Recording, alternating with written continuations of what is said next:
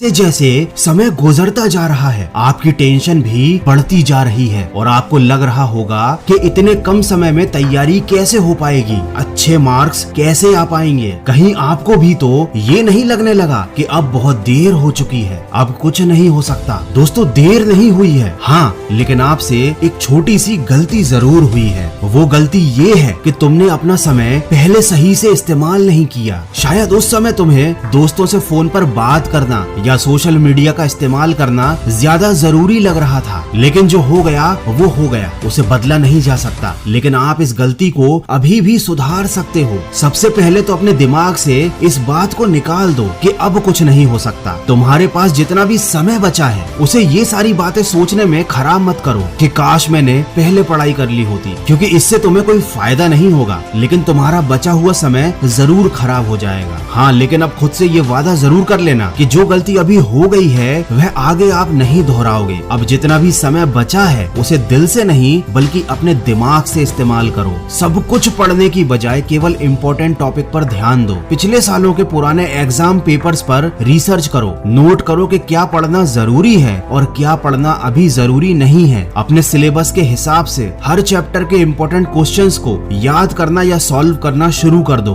अपने किसी दोस्त को देखकर अपने टारगेट सेट मत करो। इस बात पर ध्यान मत दो कि किसने कितनी पढ़ाई कर ली है। आपको बस एक बात क्लियर होनी चाहिए कि आपको कितना पढ़ना था और आपने कितना पढ़ लिया, क्योंकि अब समय कम बचा है और आपको लगातार पढ़ना पड़ रहा है। तो हो सकता है आपको पढ़ाई करते समय नींद आने लगे, तो 5 मिनट के लिए घर की छत पर टहलने के लिए चले जाना। और इस बात का विशेष ध्यान रखना कि साथ में अपनी किताब जरूर ले जाना और अपने मोबाइल को कमरे में ही छोड़ देना। छत पर खुली हवा में अपनी पढ़ाई को जारी रखना। आपकी नींद भी भाग जाएगी और आपको बहुत अच्छा महसूस होगा। अगर इसी दौरान आपको कोई टॉपिक समझ में नहीं आ रहा है तो उस पर समय खराब बिल्कुल मत करना। उस टॉपिक को एक जगह पर नोट कर लो और अपनी पढ़ाई खत्म होने के बाद उस टॉपिक को समझने के लिए इंटरनेट की हेल्प लो या अपने किसी बड़े भाई बहन या दोस्त से पूछ लो। लेकिन उस टॉपिक के बारे में सोच कर अपना टाइम बिल्कुल खराब मत करना, क्योंकि आपके पास टाइम बहुत लिमिटेड है। देखो, जैसे मोबाइल में गेम खेलते समय जब तक आपका मिशन कंप्लीट नहीं हो जाता, आप किसी से न बात करते हो, न किसी की बात पर ध्यान देते हो, न ही मोबाइल से नजरें हटाते हो। ठीक वैसे ही जब तक आपकी पढ़ाई कंप्लीट ना हो जाए, आपको अपनी किताबों से ध्यान नहीं हटाना है, फिजूल की बातें नहीं करनी है और न ही फालतू में मोबाइल चलाना है। याद रखो, लाखों में एक बंदा IAS बनता है, हजारों में एक बंदा अच्छी बॉडी बना पाता है, क्योंकि यह लोग दर्द सहते हैं, तकलीफ सहते हैं, लेकिन इनका फोकस अपने लक्ष्य से नहीं हटता। इनका ध्यान केवल अपने आने वाले रिजल्ट पर होता है। तुम्हारा ध्यान भी अपने रिजल्ट पर होना चाहिए। याद रखो, कितनी तकदीरें बदलनी है तुम्हें, कितनों को रास्ते पर लाना है। अपने हाथों की लकीरों को मत देखो, तुम्हें इनसे भी आगे जाना है। तो बिल्कुल अपना समय खराब मत कीजिए, अभी से पढ़ाई में लग जाइए और ऐसा रिजल्ट लेकर आइए कि सब हैरान रह जाएं। आज के वीडियो में बस इतना ही। मैं मिलूंगा आपसे अगले वीडियो में जो आपके जीवन में सकारात्मक ऊर्जा को भर दे और आपको दिखाए एक सही दिशा।